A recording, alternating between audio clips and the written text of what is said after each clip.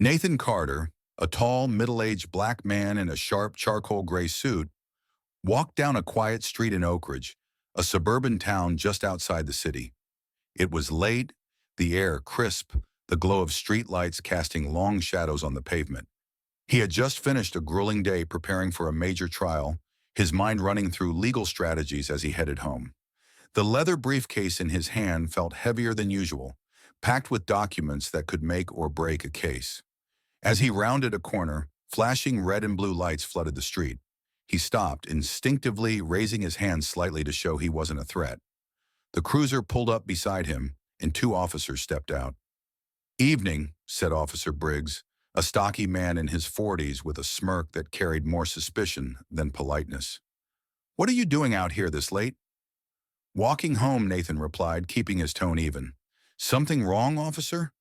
Briggs exchanged a glance with his younger partner, Officer Dunlap, who hesitated before shifting his stance. "Got a call about a burglary," Briggs said, folding his arms.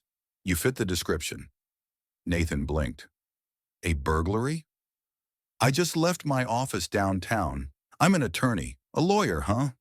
Briggs chuckled, unimpressed. "What's in the briefcase?" "Stolen goods." Nathan's patience thinned. "Just legal documents. You're welcome to see them." Briggs snatched the briefcase without asking, ignoring Nathan's protest as he flipped it open. Neatly stacked case files and legal briefs stared back at him. "Looks like someone's trying a little too hard to seem innocent," Briggs muttered. "This is harassment," Nathan said firmly. "I haven't done anything wrong." "That's for us to decide," Briggs snapped. "Turn around, hands behind your back." "On what grounds?" Nathan demanded.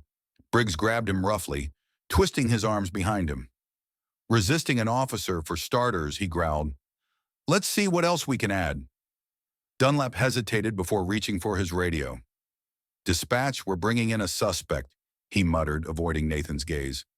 Nathan sat in the back of the cruiser, heart pounding, not from fear but from fury. He stayed silent, staring ahead, vowing this injustice wouldn't go unanswered. The fluorescent lights of the station cast a harsh, sterile glow as Nathan Carter was marched inside, his wrists still cuffed. The air smelled of disinfectant and stale coffee, the distant hum of ringing phones and murmured conversations, adding to the suffocating atmosphere. Officer Briggs walked ahead, his grip firm on Nathan's arm, while Officer Dunlap trailed behind, his eyes avoiding contact. Booking. The word alone made Nathan's stomach turn, a routine process designed to strip a person of their dignity. His belongings were dumped onto a counter, wallet, phone, briefcase, each item cataloged with careless efficiency. Briggs smirked as he flipped through Nathan's ID. "Attorney, huh? Must be a real special one to be out here committing felonies." Nathan held his ground, his voice even. "You and I both know this is a mistake." Briggs leaned in, his voice dripping with condescension. "That's for the report to decide." A report that, as Nathan soon realized, was being written to fit a narrative, not the truth. Sitting at a desk, Briggs typed away, inflating the charges with every keystroke: burglary, resisting arrest, possession of stolen property. The truth didn't matter. He needed a justification, and he was creating one. Nathan sat in a holding cell, staring at the peeling paint on the walls, hands clenched into fists. Through the bars, he could hear Briggs laughing with another officer, another one off the streets. Can't wait to see the look on his face when the court throws the book at him. Nathan inhaled sharply. The man who had spent his career fighting for justice was now its latest victim, but he wasn't going to let it slide. He would fight, and he would win. Whoever has watched up to this minute, comment, "I'm still here," below. Let's see who's really paying attention. Nathan Carter sat in the cold, dimly lit cell, his mind racing. He knew the law, he knew his rights, and most importantly, he knew this wasn't going to hold. He just needed to make one call. The next morning, when the officer finally handed him a phone, he didn't hesitate. He dialed his assistant, Rachel Holt, a sharp, relentless legal strategist who had worked by his side for years. By noon, the station doors swung open, and Rachel stormed in, her heels clicking against the tile floor. She carried a thick file, proof of Nathan's airtight alibi. "I want to see your commanding officer." Now her voice cut through the room like a knife. Minutes later, she slammed the evidence on the desk. Security footage from an ATM time-stamped just minutes before the alleged burglary, placing Nathan miles away from the crime scene. Witness statements, his case files, every shred of proof dismantling the bogus charges. Faced with undeniable facts, the station had no choice. By late afternoon, Nathan walked out a free man. But freedom wasn't enough. As he stepped into the sunlight, he knew this fight was far from over. It was just beginning. A week later, the courtroom buzzed with tension. Every seat was filled. Reporters, legal professionals, and curious spectators eager to witness what was about to unfold. At the prosecution table, Officer Briggs lounged back, his confidence unshaken. Beside him, Officer Dunlap sat stiffly, avoiding eye contact. Seated between them was District Attorney Patricia Vaughn, a seasoned prosecutor known for her relentless pursuit of convictions. She glanced at Nathan Carter as he entered, barely sparing him a second look. But Nathan wasn't just another defendant.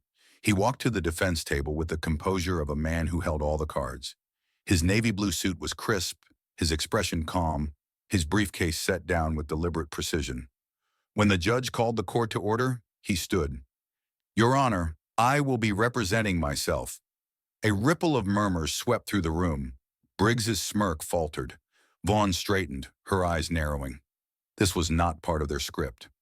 Over the next hour, Nathan systematically dismantled the prosecution's case. He started with the surveillance footage from the ATM, time-stamped to prove he was nowhere near the crime scene. Then he played the squad car audio recording, letting Briggs's own voice fill the courtroom, mocking Nathan, admitting they had no real suspect. Vaughn objected, repeatedly. Each one was overruled. The evidence was undeniable. Then came the moment that shattered everything. Nathan called Officer Dunlap to the stand. The young officer hesitated, his hands trembling as he was sworn in. Under Nathan's measured but pointed questioning, the dam broke.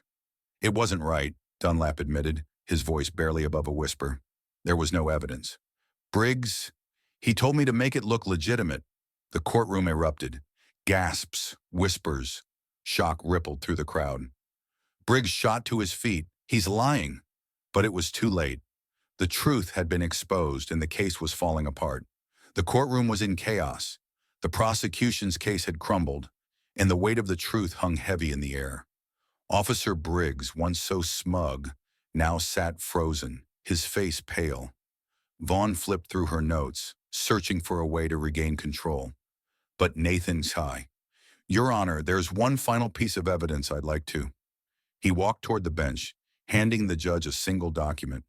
Then he turned to Faye. "Before these officers arrested me without cause, before they fabricated charges to cover their tracks, I was preparing for trial. A case just like this one. But you see, I'm not just an attorney." He paused, letting the weight of his next words settle. "I'm the chief prosecutor for this state." The silence was deafening. Briggs' bravado shattered in an instant. Vaughn's expression hardened, but she knew there was nothing left to salvage. The judge called for order, but the shift had already happened. Nathan's voice was steady.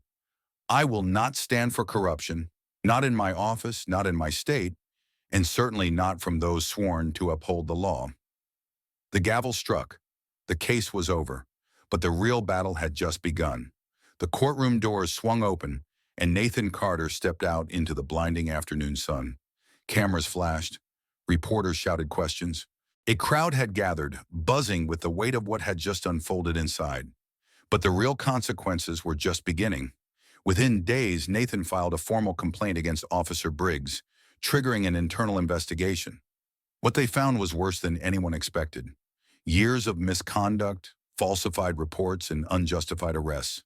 The department had no choice. Briggs was fired, his badge stripped, his career in law enforcement over.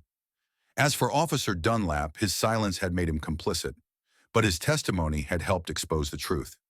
He cooperated fully, earning a second chance under strict probation. But for Nathan, this wasn't just about one bad cop. A week later, he stood at a podium outside the courthouse, facing a sea of cameras. His voice was calm but unwavering. "This isn't just about me.